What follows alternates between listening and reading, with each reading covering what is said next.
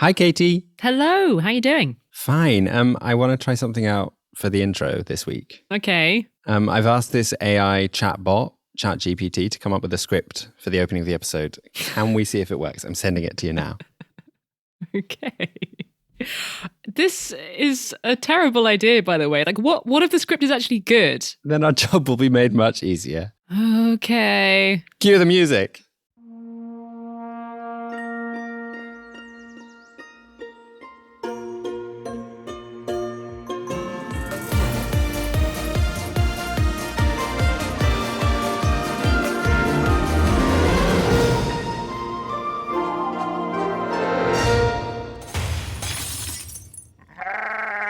Welcome to The Europeans, a podcast about all things European. I'm Katy. And I'm Dominic. We're two friends who love to travel and explore the different cultures and histories of Europe. It's kind of true. I suppose so. In each episode, we'll be discussing a different aspect of European culture, diving into the histories and traditions that make Europe such a unique and diverse continent.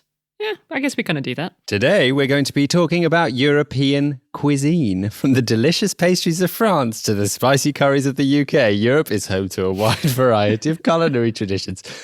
Well, I mean, this is kind of creepy because we are talking about food this week. How did they know? We're just as boring and predictable as the robot said. Spicy curries of the UK. I love it. Okay, I'm continuing. One of my personal favourites is Italian food.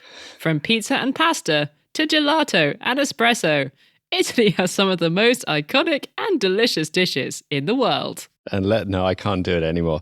Well done, ChatGPT. All I told it was to create a script for a podcast about Europe called The Europeans, hosted by two friends called Katy and Dominic. And it came up with that, which is quite impressive. I thought it was horrible. I don't think we should ever ask the robot to write our scripts again. Welcome to The Europeans, a proudly human-run podcast about stuff that's been happening around the continent. And yeah, as you said, Dominic, funnily enough, we are actually going to be talking about food this week, just as the chatbot predicted. What's coming up? Well, yeah, kind of. We're not going to really be talking about European cuisine, so to speak, about Katy's love of pizza and pasta and espresso. And the spicy curries of the UK. The spicy curries of the UK. But we are going to be talking about food because a few weeks ago, Noma, the incredibly famous restaurant in Copenhagen, and by some rankings, the world's #1 restaurant, announced that it would be closing its doors at the end of 2024. Because, it was said, the owner, René Redzepi, has decided that the business is unsustainable. The announcement came amidst mounting criticism of worker conditions in Denmark's restaurant industry, with pretty horrific reports of incredibly long hours and unpaid labour and general mistreatment of employees. So we wanted to speak to someone in the Danish fine dining world to try and unpick why this decision has been made and to look more broadly at the state of the restaurant industry in Denmark. And we found the perfect person, Lisa Lind Dunbar, former waiter and restaurant work culture critic, whose Instagram account has become an extraordinary platform for collecting the many personal accounts of abuse in the Danish restaurant industry. We'll be speaking to Lisa later on in the show. But first, it's time for that thing you've all missed. Good week, bad week. Good week, bad week. Who has had a good week, Dominic? It's been a good week, or even a great week, for the children of Ireland, after the president of Ireland, Michael D. Higgins, said in an interview that he thought homework should be banned. I can hear the children of Ireland cheering from here. Yeah, me too. I think I would have loved it. Although maybe I would have developed less at school if I didn't have homework. What do you think? I quite liked homework because I was a massive nerd. Did you? You were one of those. I was one of those. Doesn't surprise me. But now that I've got lots of friends who are parents, like I've seen, especially here in France, like kids getting really stressed about homework. And I just see them and I think like, why should 6-year-olds be stressing about deadlines? Like, can't they do that when they're grown-ups? It's a good point. The president of Ireland, he said, the time in school is an educational experience and it should get finished at the school. And I mean, if you look at a place like Finland, where they have this internationally celebrated educational system, as we discussed on the podcast about a year ago, They don't give that much homework to kids over there. There is also not a culture of richer parents paying for extra private tuition for their kids. Kids can have time off after school and develop other interests like sport, music, or even just hanging out with their friends.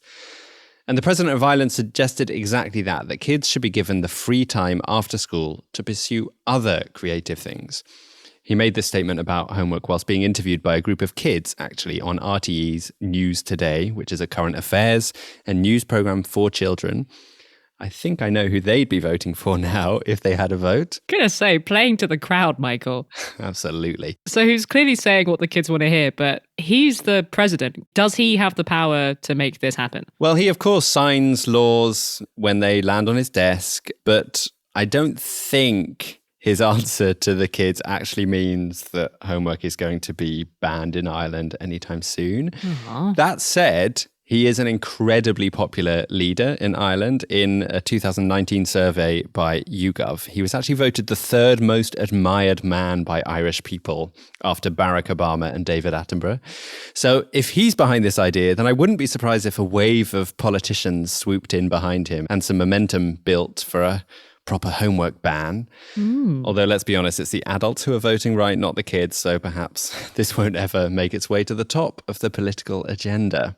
That said, there does seem to be slowly growing skepticism amongst adults about homework. There are multiple studies suggesting that homework has pretty little advantage for younger children, in particular, primary school children.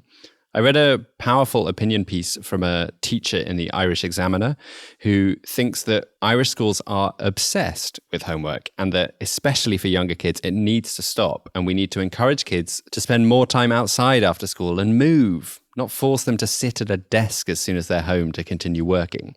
She cited studies that suggested that homework can lead to boredom, anxiety, and stress. And she points out that whilst homework might work for some kids, it increases inequality in society because not every child has a home environment that is suitable for getting their homework done. Yeah, I mean, I'm just thinking about early in the pandemic, I taught some classes online and there were some students who, there were like loads of kids in the bedroom, really cramped living spaces.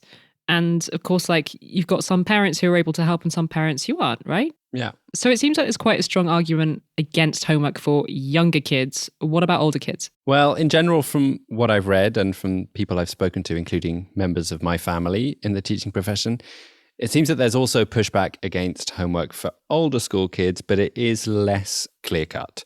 Homework can have some benefits for some older school children, helping them develop independent studying skills outside of the classroom, probably like it was for you, Katy, by the sounds of things. And homework can also be useful in terms of repeating, revising, and recapping things that have been learnt at school. If there is homework, then there also seems to be a movement away from giving long tasks. These are seen as unhelpful. Homework, according to studies, is more beneficial when it is no longer than 30 minutes.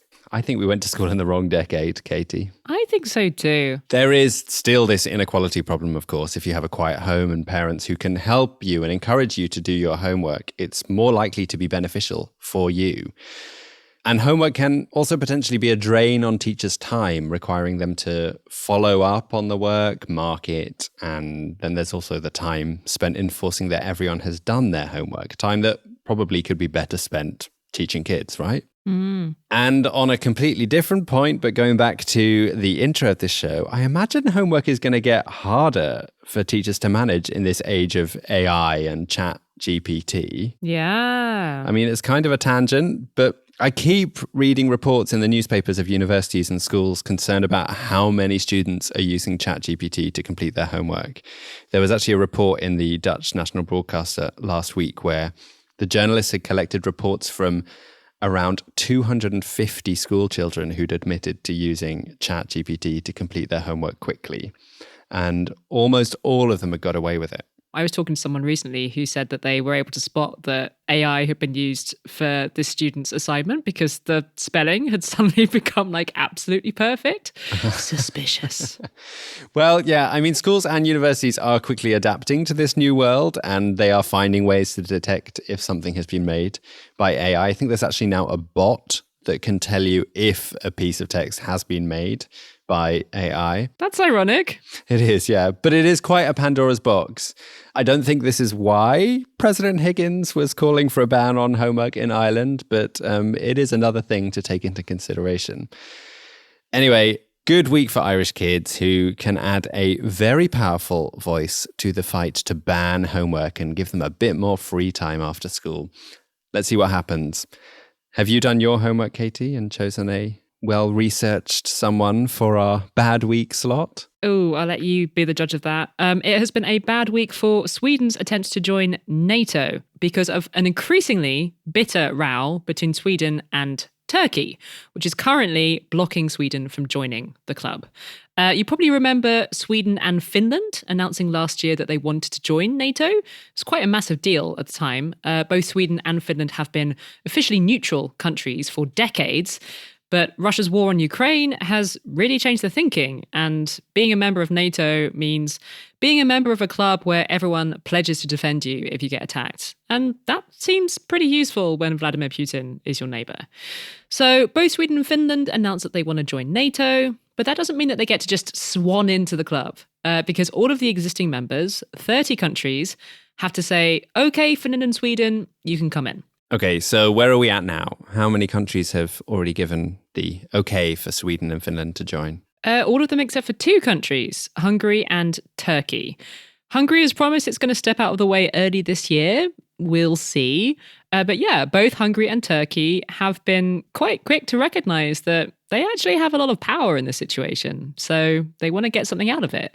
Hungary's Prime Minister Viktor Orban has always been very happy to play strategy games in situations like this one and, try and extract concessions, as talked about many times on this podcast. The same is also true of the Turkish president, Recep Tayyip Erdogan. He has quite a history of trying to use these situations to his advantage. So like when you look at the refugee crisis back in 2015, for example, he managed to get quite a lot of stuff that he wanted in exchange for stopping refugees from setting sail from Turkey to Greece. He got billions of euros of aid. He managed to get a fair amount out of it. And what does he want this time in exchange for stepping out of the way of Sweden and Finland's membership? He wants a bunch of people who are currently in both of those countries to be arrested and deported to Turkey. So just to massively oversimplify the politics of Turkey, a country that I've spent some time reporting from in the past, there are 2 groups that Erdogan considers to be huge enemies. One of them is the PKK, the Kurdish militant group. The PKK are considered to be terrorists by the Turkish state and indeed by the EU as well. The other group that Erdogan really hates are known as Gülenists, and these are supporters of Fethullah Gülen, who's a very influential preacher. This guy has been Erdogan's arch nemesis for years. And if you remember the attempted military coup in Turkey back in 2016, Erdogan blamed this guy, Gülen, for the coup, and he launched this crazy purge in which literally tens of thousands of people got arrested or fired from their jobs for allegedly being part of his movement. So Erdogan has these enemies, and he has accused Sweden of sheltering members of these groups. And it's true that some people accused of being Gülenists and people close to the Kurdish cause have sought asylum in Sweden. Sweden does, by the way, have a pretty big Kurdish diaspora. But the Swedish government has been pretty clear with Erdogan. They've said, look, we can't just hand over people that you don't like. These are people who have claimed asylum, who say that you have persecuted them.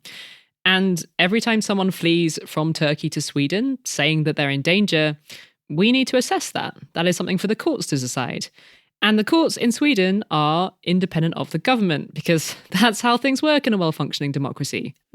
Back in December, Sweden did actually extradite a member of the PKK to Turkey. But the Supreme Court also blocked the extradition of a different guy who was accused of being a Gülenist coup plotter. He's a journalist called Bülent Kenes, and he was granted asylum in Sweden. And the court said there was a real risk of him being persecuted if he was sent back. So the Swedish government says it just can't interfere in cases like that one. And Erdogan is finding that very frustrating. And then wasn't there also a protest last week that Turkey got very upset about? Yes. So last Saturday, a far-right nutjob politician named Rasmus Paludan set fire to a copy of the Quran in front of the Turkish embassy in Stockholm. I probably don't need to tell you that Turkey is a Muslim country and that burning the holy book of Islam is just incredibly offensive to Muslims. This is for them the holy word of God. Paludan, the politician who did it, he has quite a history of doing this. He's actually previously sparked riots with his plans to set fire to the Quran. I mean, the man has like a real kind of dangerous idiot vibe to him. He actually holds both Danish and Swedish citizenship. And he set up far-right parties in both countries, both of which have failed to win seats in any elections. In the Swedish elections last year, his party got just 156 votes across the entire country. So he really just wants attention. Turkey, of course, got incredibly upset about this Quran burning, and there were protests outside the Swedish consulate in Istanbul as a result, with people saying, you know, after this, Sweden should never, ever be allowed to join NATO. But Turkey isn't just mad about the fact that the Quran got burned outside its embassy. It's mad because the Swedish government knew very well that this far-right politician was planning on burning a Quran outside the Turkish embassy, and they let it go ahead. Why did they let that go ahead? Well, because Sweden has unusually strong protections when it comes to stuff around freedom of speech and the right to demonstrate. Paludan, this far-right politician, he had managed to get a police permit to burn the Quran outside the embassy, saying that he was protesting against Islam and what he called Erdogan's attempt to influence freedom of expression in Sweden. And the police are only able to deny these kinds of permits in really exceptional circumstances. So even though Swedish government ministers kept saying, we do not agree with this protest, it is disgusting, we are appalled by this, they said that they couldn't do anything about it. And that, I think, has been quite hard for the Turkish government to understand.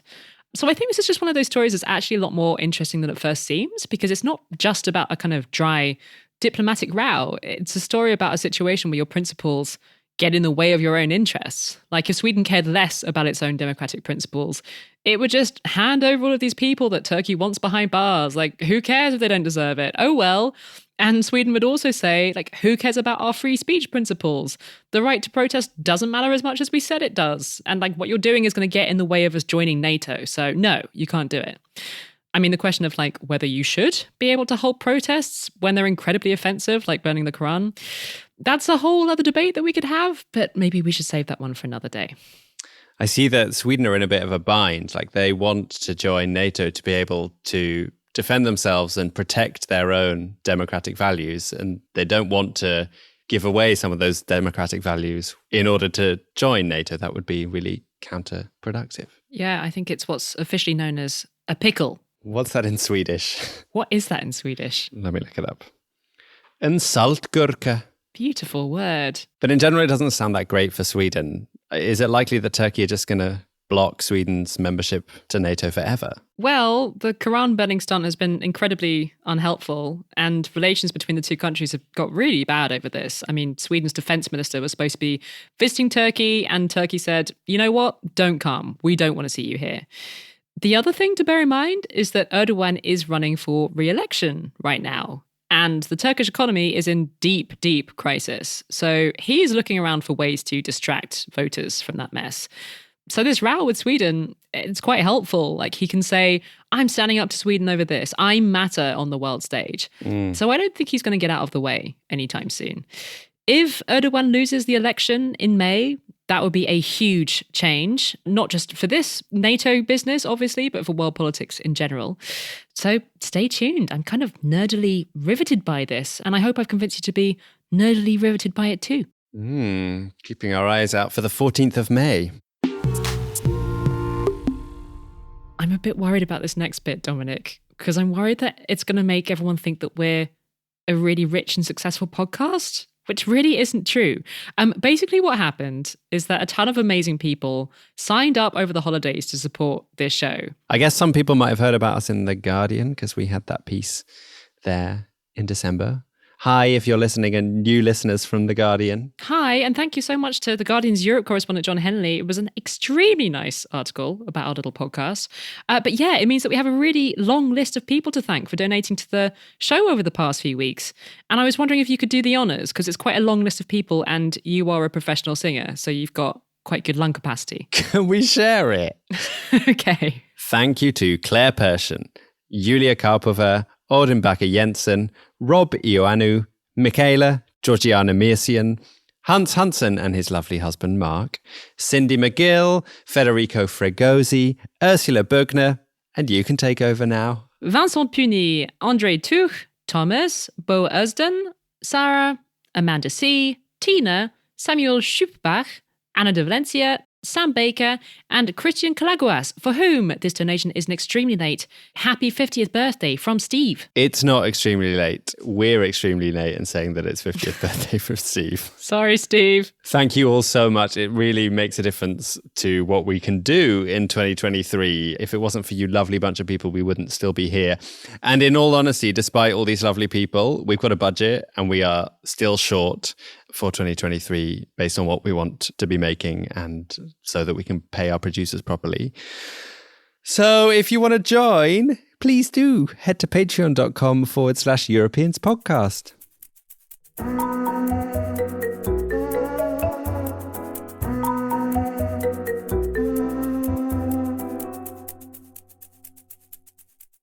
If you are someone who considers themselves to be a quote-unquote foodie, you may have seen headlines recently announcing that the super famous and super expensive Danish restaurant Noma is going to be closing its doors at the end of next year.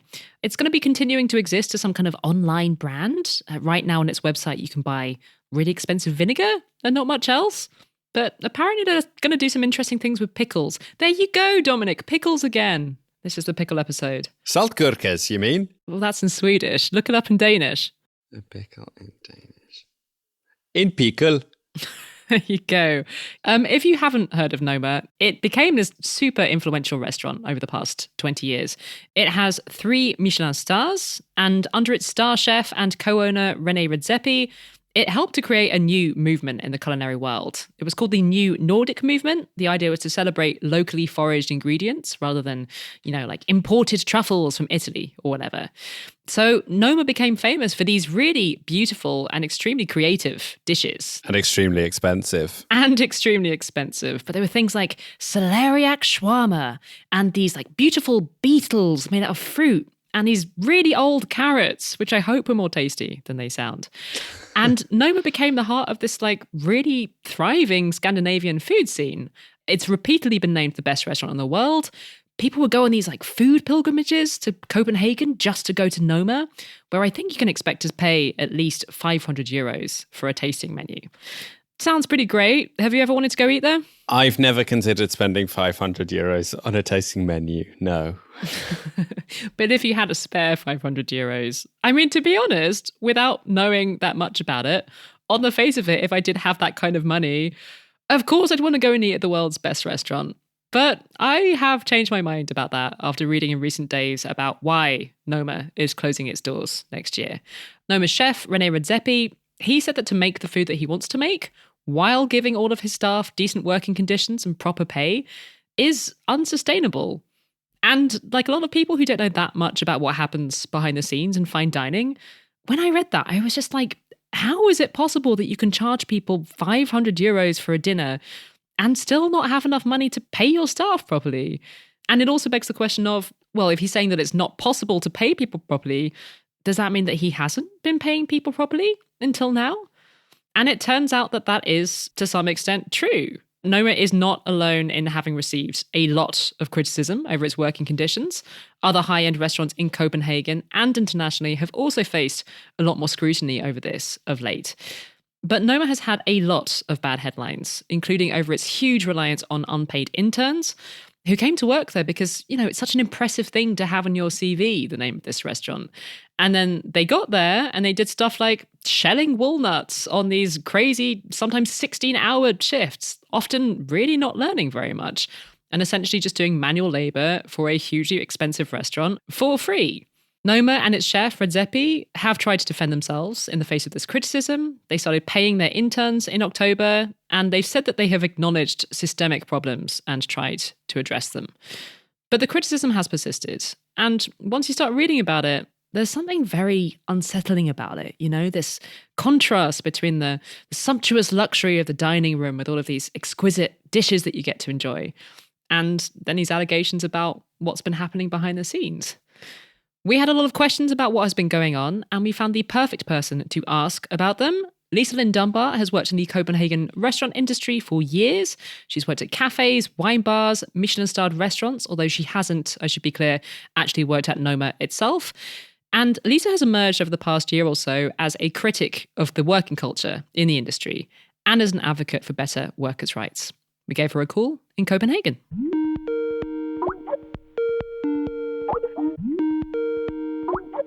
You worked in Copenhagen restaurants yourself for a very long time.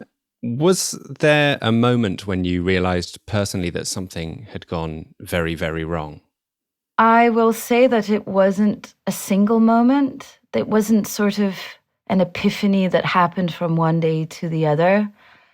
Over time, having started my work life in the restaurant industry at the age of 14 as a dishwasher, while I was growing up just to earn money, and sort of consecutively through my teens up into my 20s. And now recently I sort of tell myself that I finally left at the age of 29. I think what really gave me the hint was that I experienced how my health was deteriorating rapidly and how I became quite isolated over time. And that's not something you recognize overnight from one day to the other, but it has been in the past 3 years that I've really begun to understand what it was that was going on and the amount of exploitation and abuse. And so I'm still finding the words for it. I'm still getting it. But my perspective has definitely changed drastically in the past 3 years. And last year, you started asking other people who worked in this industry to share their experiences with you on Instagram. What kind of stories were they sharing with you? As you can probably imagine, it was everything under the sun. It was everything from wage theft to being pressured to have a sexual relationship with a superior, corporal punishments and humiliations, cultures of abuse, and everyday life really saturated by violence and ugliness and nasty working conditions. It feels like it's taken a really long time for this scandal to break. I mean, for most of the past 2 decades, we've read about Noma just being the greatest restaurant in the world, much more than about its abusive working practices. You've talked previously about a culture of fear and silence in the fine dining industry. Why do you think it's been so difficult for people to speak out? The knowledge that I have and my lived experience is isolated to the context of Denmark, of Copenhagen. And what I know here is connected to the Danish labor market model, which is a model where by the state there isn't governed a minimum wage, there isn't governed a maximum of working hours per week. This is something that has to be voluntarily negotiated between the representatives of the two parties of the labor market, being employers and workers. And because that hasn't happened in the restaurant industry in Denmark, what we're experiencing is effectively social dumping, where it's employers who are dominating the contracts, meaning that if you were to speak up, if you were to put your foot down, if you were to ask for working conditions to be different, you're basically signing your own termination because you have no protection whatsoever. That definitely is something that is part of the cause. Then again, we have a very strict militant hierarchy in restaurants, understood as the brigade system. It's very clear who has authority, and everyone else is not to think. They're just to do. And I look back on my career and to be honest, I never really remember a moment where we openly discussed our working conditions. Like, how is this to you? Do you think this is fair? Could it be different? That imagination was never really present. And so you keep quiet. For years, there have been lots of foreign hospitality workers drawn to Denmark to gain experience in these super famous restaurants. Have those foreign workers found themselves particularly vulnerable to abuse? Well, most definitely. And you can just imagine you've already got sort of very precarious working conditions for people who are EU workers. And then add on to that your residency permit and your whole foundation of being allowed to stay in the country is bound up on your employment. And so they're trapped in a different way. There's an addition of oppression and control and limits to their work life here. And there is such a lack of information, such a lack of transparency about the Danish labor market model, about the few rights that they might have and how they can use them. And people who work 80 hours a week, what they're also is that they're exhausted, right? So they barely have time to get rest or see their family or do anything else outside of work that gives them joy. And could you imagine that the first thing that they do when they're not working is to sit down and spend hours and hours and hours trying to figure out how the Danish system works, you know? So exhausted people, exhausted workers are understandably, and with all of my sympathy, also exhausted citizens. Like, it's difficult to take part in resolving your situation. When we think about the bosses of these restaurants, I mean, there have been a lot of accusations of physical and verbal bullying by chefs like René Redzepi of Noma, although he says he's done a lot of learning. But the stereotype of a shouty, temperamental chef, it's really well known. Why do you think so many top chefs are like this? Is it just that the kitchen attracts these kinds of personalities, or is it something to do with, I don't know, like chefs moving up through the system themselves and getting treated horribly themselves, so that by the time they become the boss, maybe it seems normal? Certainly there is this story that just will not die, that is how it is. And I am a victim of this as well. And so now I will victimize the people who I'm in charge of. There's several things to understand. Again, I mentioned it a bit earlier, the brigade system and the structure of that. It is something that is derived from military hierarchies. You have these regiments, right? So it's very clear who has authority, and you have these specialized roles all the way down. And it's about being blindly obedient.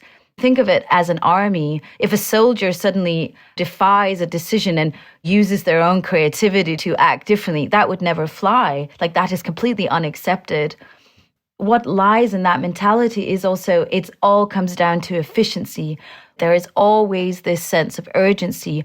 And for that to effectively work, you have to be a doer. You have to do as you're told. And so a lot of that happens from above with force, with a lot of force, and it excuses so much behavior because it has to go fast. You have seconds to carry out a task, and everyone else is dependent on you carrying out that task. I mean, what we've seen, Redzepi inclusive, is that he and others, like David Chang did it as well in his book, like come out and admit to their sins. But what they're confusing that with is like, that is not necessarily rectifying that. You know, they just want to, okay, I've now admitted to this, let's move forward. But you know what my point has also been is that, well, Noma's existed for 20 years. How about all of the people you've stolen wages from? How about all the people you've harmed and discriminated through different systems of oppression? And there's just no conversation about that. So to me, that isn't really being fully honest and willing to be confronted by the violence that they have practiced. And when that doesn't happen, I don't have a lot of faith in them being able to actually change their ways. Do you know of anyone or any restaurants that are actually finding a way to serve fine dining to people in a more sustainable way for the workers? Like, are there any other good examples? No. That's sad. If we think about it, fine dining is extractive, and fine dining has its sort of value because of its exclusivity and because how limited it is. And so many of these fucking places will not accept that they are for the 1%, that they are for the few. I still have this sense that Noma and places like that, Geranium, maybe a little less, or Alchemist, like it's inclusive to everyone, but it isn't. Not only is it not sustainable, the practices that they've based their success on are unethical. I really mean it when I say abolish fine dining. Do you see René Redzepi's decision to close the doors to Noma as a sign that your advocacy work is being effective? Did you have any feeling of relief when you heard that the decision had been made to close the doors to the public?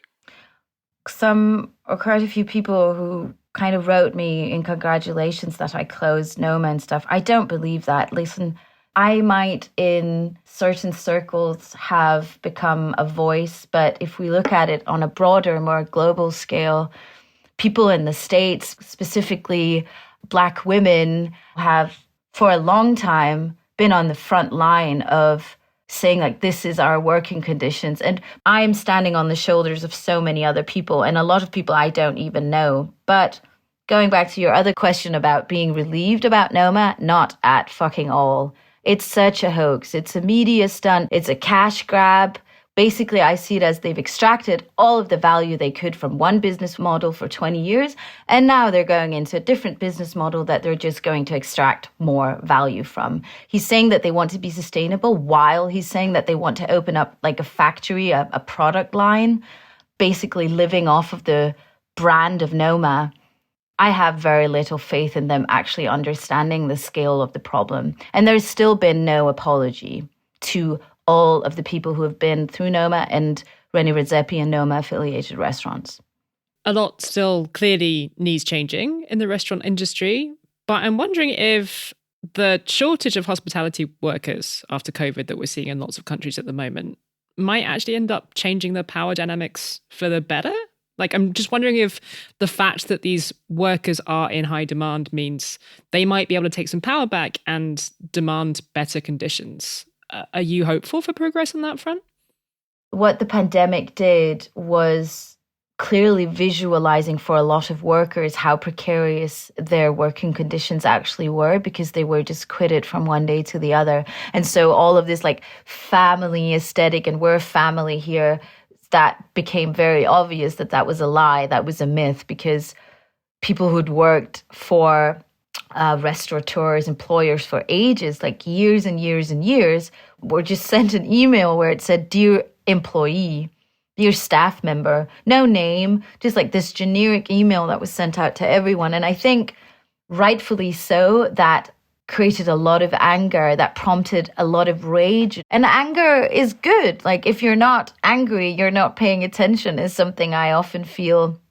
And so COVID did bring about a new consciousness about that. However, there's still so far to go, because it doesn't really change that workers in the industry need work, and that a lot of employers are not really getting that. There isn't a lack of workers. There are a lack of workplaces with good working conditions. And every time I see like an advert or somebody putting up a job ad, it's always about, we have good staff food, or you can have a weekend off every other week. It's not really about saying, we have pension here, we have health insurance, we stick to 50-hour work weeks maximum. And so it's still dominated by the employer. And yeah, maybe the power dynamic has shifted a little bit, but far from enough. Far, far, far from enough.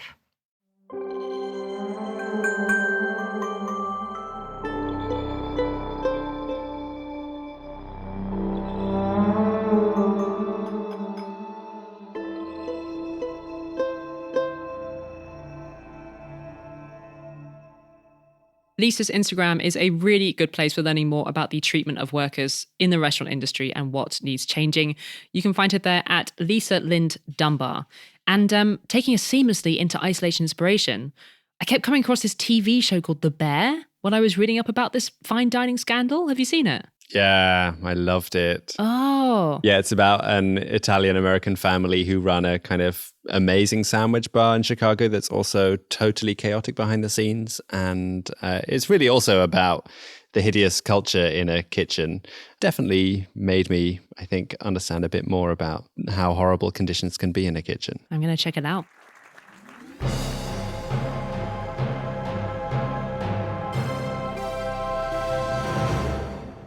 So Dominic, you seem to have been hard at work in your singing job for most of the waking hours that we've been away.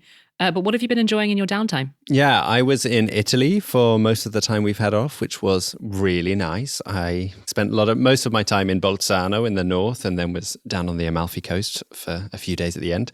And while I was there, I tried to immerse myself in a bit of Italian culture in between rehearsals, even when it came to my Netflix viewing. So I ended up watching the most recent film by the great Italian director Paolo Sorrentino.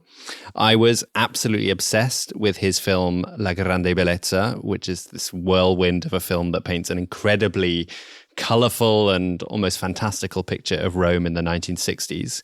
Go and watch it immediately if you haven't. Love that film. The music is so good as well.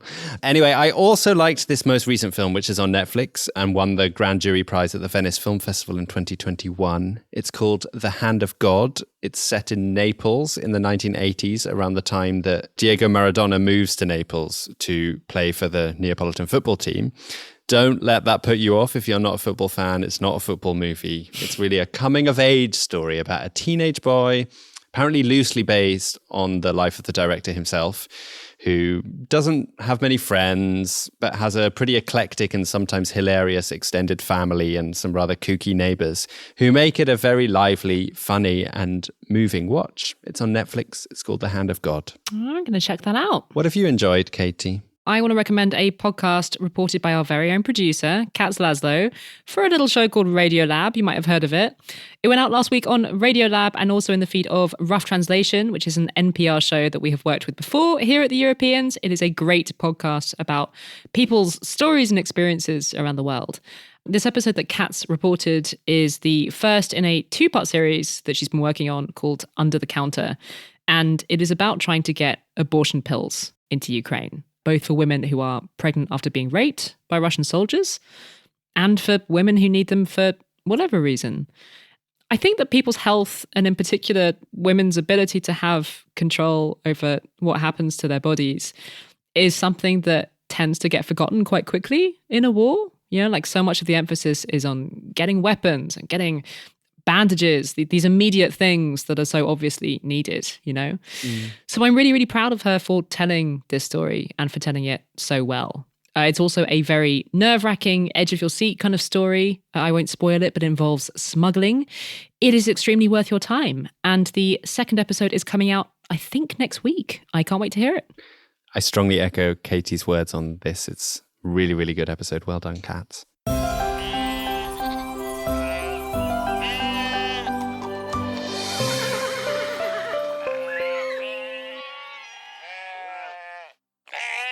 I've got a happy ending for you from Poland this week, where researchers at the Institute of Mammal Biology announced that they had spotted the largest herd of bison they'd ever seen on the outskirts of the immense Białowieża primeval forest. They were using a drone, and with this drone, they spotted around 170 bison congregating at the end of December. They are only announcing it now because they didn't want a herd of photographers to go and find them and disturb their routine. But it's very exciting news. Oh, that's great. I love a bison. I do too. And it's quite big news because the previous record that these researchers had found was 136. So 170 is a lot of them. And it's very happy news because it's yet another sign that the bison population in Poland is becoming more stable, which is quite a bounce back considering they were hunted almost to extinction in the wild in Poland and much of Europe in the early 20th century. Poland now actually has the largest bison population in Europe, and bison are so important for our ecosystem, as we've discussed before on this podcast. They are described by Rewilding Europe as ecosystem engineers and a keystone species. And that basically means that they do loads of things to the landscape, eating and pooping, that like helps a wild variety of other species. I really wish that I helped other species by eating and pooping.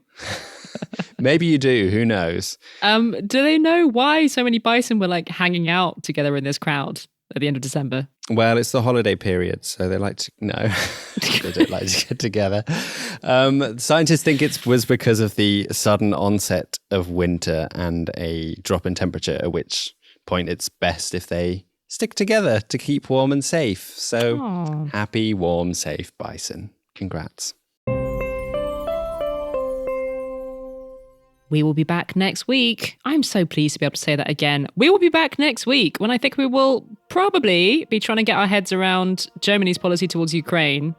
Don't miss it. In the meantime, you can find us hanging in there on Twitter, still just about at EuropeansPod, and on Instagram at EuropeansPodcast. This episode was produced by Katy Lee and Wojciech Oleksiak. Thank you both. Have a good week, everyone. Farewell. Bye.